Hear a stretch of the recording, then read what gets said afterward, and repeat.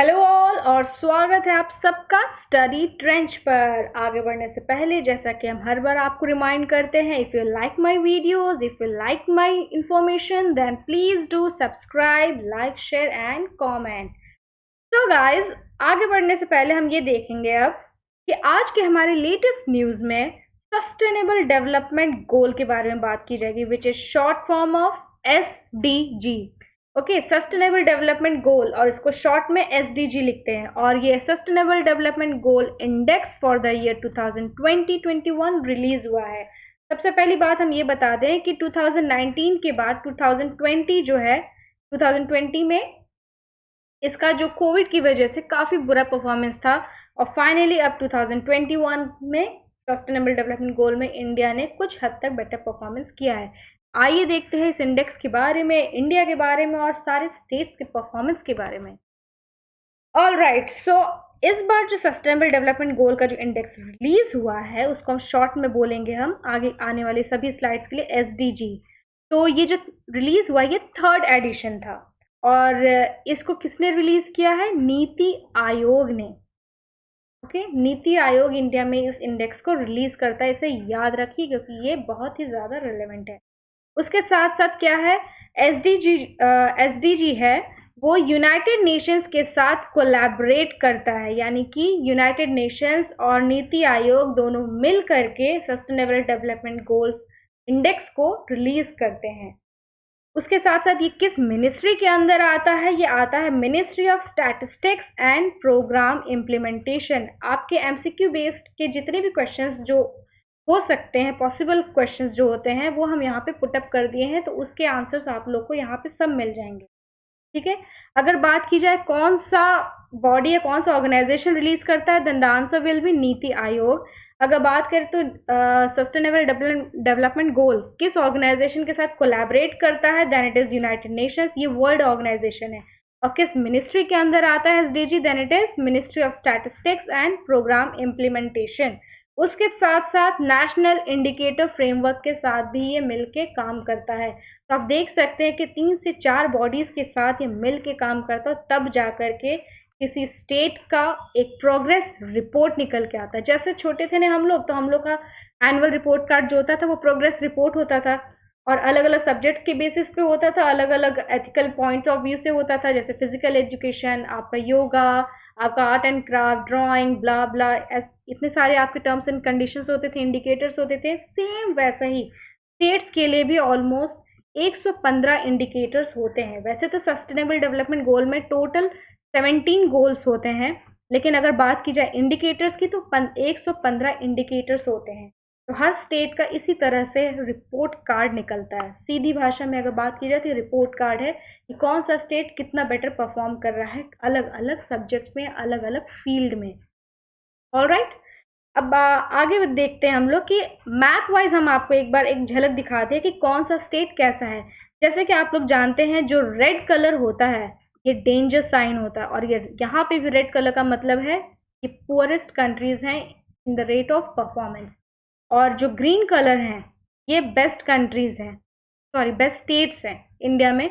ये सारे जितने भी स्टेट्स हैं ये बेस्ट परफॉर्मिंग स्टेट्स हैं। तो जैसे देख सकते हैं ये हिमाचल प्रदेश, नॉर्दर्न साइड में सिर्फ और सिर्फ हिमाचल प्रदेश है जो बेस्ट परफॉर्म कर रहा है, उसके साथ साथ एक छोटा सा स्टेट है सिक्किम। और अगर सदर्न साइड में बात करें तो ऑलमोस्ट जितने भी बेस्ट परफॉर्मिंग स्टेट्स हैं वो सदर्न इंडिया में आते हैं। देख सकते हैं अभी ग्रीन कलर से जितना भी मार्क डाउन है, और ये जो ऑरेंज कलर से हैं ये एवरेज स्टेट्स आते हैं, एवरेज परफॉर्मेंस के बेसिस पे इनको रैंक आउट किया गया है। अब हम लोग पहले बेसिक्स देखते हैं, SDG क्या है, ये इंडेक्स क्या है, इसको क्यों निकाला गया है और इसका क्या मकसद है। तो SDG बेसिकली जो होता है ये हमारा इवैल्यूएट करता है कोई भी स्टेट हो या यूनियन टेरिटरी हो on different parameters like health, education, gender, economic growth, institutions, climate change and environment. तो ये सारे डिफरेंट डिफरेंट सब्जेक्ट्स हैं। आप स्कूल के सब्जेक्ट जैसे अपने समझते थे, सेम वैसे ही ये स्टेट के अलग अलग सब्जेक्ट्स हैं। तो हर स्टेट को इन डिफरेंट डिफरेंट क्राइटेरिया में अपना प्रोग्रेस हायर लेवल का शो करना पड़ता है, उसी के बाद फिर इनका रैंकिंग जो है इस इंडेक्स में काफी बेटर शो अप होता है। उसके साथ साथ ये सबसे पहले जो लॉन्च हुआ था SDG 2018 में लॉन्च हुआ था, और ये एक बेसिक टूल बन गया है एक बेसिक मैकेनिज्म हो गया है to mark down the progress of India on SDGs.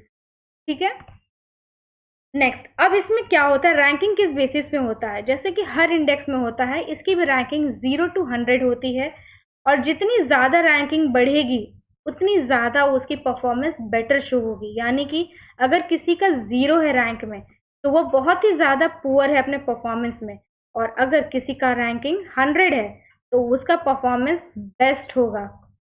ठीक है, तो जितना रैंक बढ़ेगा उतना उसकी परफॉर्मेंस, समझ लीजिए कि उतना वो अपनी परफॉर्मेंस बेटर शो अप कर रहा है।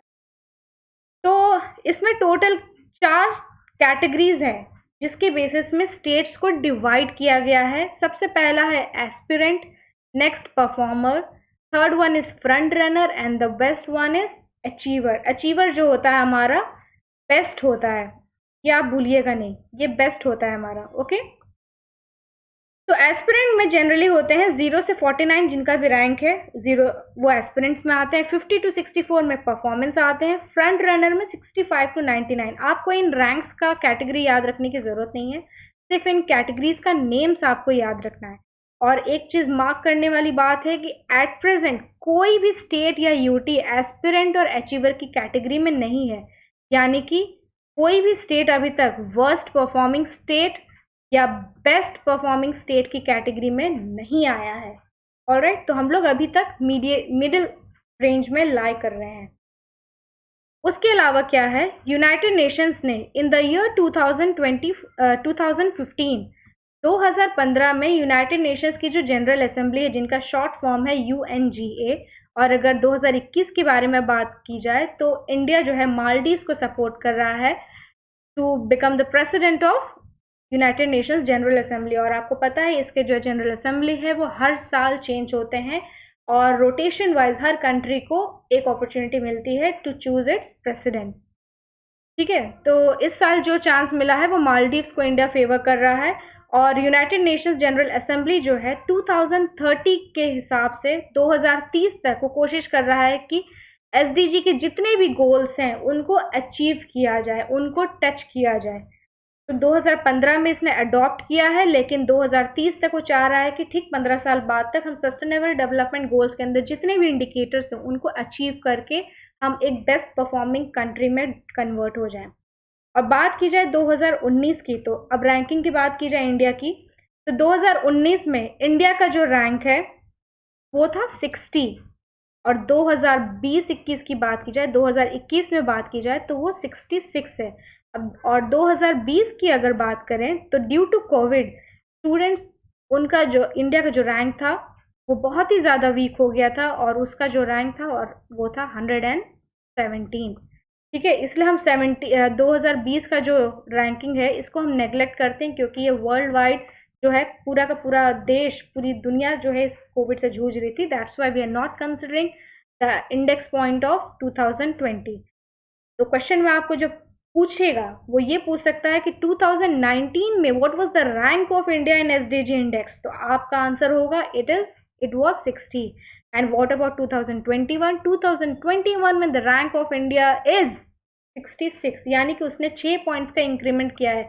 और आपको जैसे कि पहले बताए थे, जितना ज़्यादा वो 100 की तरफ बढ़ेगा कोई कंट्री, तो उतना ज़्यादा उसका परफॉर्मिंग जो है बेटर शो अप होगा। ऑलराइट, तो इसके साथ एक और डीप एक क्वेश्चन आ सकता है आपका, कि आपको कुछ पैरामीटर्स दे देगा और आपसे पूछा जाएगा कि सस्टेनेबल डेवलपमेंट गोल में इंडिया ने किस किस पैरामीटर्स में पुअर परफॉर्मेंस शो किया और किस किस पैरामीटर में बेस्ट परफॉर्मेंस शो किया है। अगर बात की जाए बेस्ट परफॉर्मेंस की, तो इंडिया ने क्लीन एनर्जी और अर्बन डेवलपमेंट एंड हेल्थ में गुड परफॉर्मेंस शो किया है। और अगर बात की जाए पुअर परफॉर्मेंस की, तो इंडिया ने इंडस्ट्री, इनोवेशन एंड इंफ्रास्ट्रक्चर में एक डिक्लाइन शो किया है। उसके साथ साथ decent work and economic growth, ये ऐसे पैरामीटर्स है जिसमें इंडिया ने एक नेगेटिव ग्राफ रिप्रेजेंट किया है। बट पॉजिटिव की बात की जाए तो clean energy, urban development and health में इंडिया ने पॉजिटिव ग्राफ जो है शो किया है। ऑलराइट, अब स्टेट वाइज की बात की जाए, अभी तक तो इंडिया की बात कर रहे थे, अब स्टेट वाइज की बात की जाए तो जैसा कि हर साल से हो रहा है, केरला जो है अभी भी टॉप पोजीशन में है, रिटेन्ड, यानी कि पहले भी वो टॉप पे था और आज भी वो टॉप पे है। और सेकंड पोजीशन की अगर बात की जाए तो सेकंड पोजीशन में 2 स्टेट्स आते हैं, that is Tamil Nadu and Himachal Pradesh, जिनके स्कोर्स हैं 72। स्कोर्स तो वैसे आपसे पूछा नहीं जाएगा कि किसने कितना स्कोर किया, बट हाँ टॉप कौन है, सेकंड कौन है, बॉटम 5 कौन है, ये जरूर पूछा जा सकता है। और अब टॉप की बात कर ली तो बॉटम की बात कर ले, बॉटम में एज एक्सपेक्टेड बिहार तो हमेशा हर चीज में बॉटम में रहेगा ही रहेगा। उसके साथ साथ झारखंड है और आसाम है, ये 3 स्टेट्स ऐसे हैं जो वर्स्ट परफॉर्मिंग स्टेट्स में आए हैं और ये बॉटम 3 में है। ऑलराइट, उसके साथ साथ जो लास्ट ईयर के इंडेक्स है उसके अकॉर्डिंग देखा जाए तो मिजोरम और हरियाणा ने, वैसे तो वो इन दोनों रैंकिंग्स में कहीं स्टैंड नहीं करते हैं, वो एवरेज में है, लेकिन मिजोरम और हरियाणा ने काफी बेटर परफॉर्मेंस शो किया है अपने पिछले स्कोर्स के मुताबिक। तो ये 2 स्टेट्स भी ऐसे हैं जो आपको याद रखने हैं, मिजोरम में हरियाणा। अब लास्ट हम देखेंगे ग्राफिकल वाइज कि हमारे जो स्टेट्स हैं उनकी पोजीशंस क्या क्या है। तो जैसे कि आप देख सकते हैं केरला है फर्स्ट पोजीशन में, हिमाचल प्रदेश एंड तमिलनाडु है सेकंड पोजीशन में, थर्ड है आंध्र प्रदेश, गोवा, कर्नाटका और उत्तराखंड, फोर्थ में हमारा है सिक्किम, फिफ्थ है हमारा महाराष्ट्र। ये रैंकिंग वाइज है।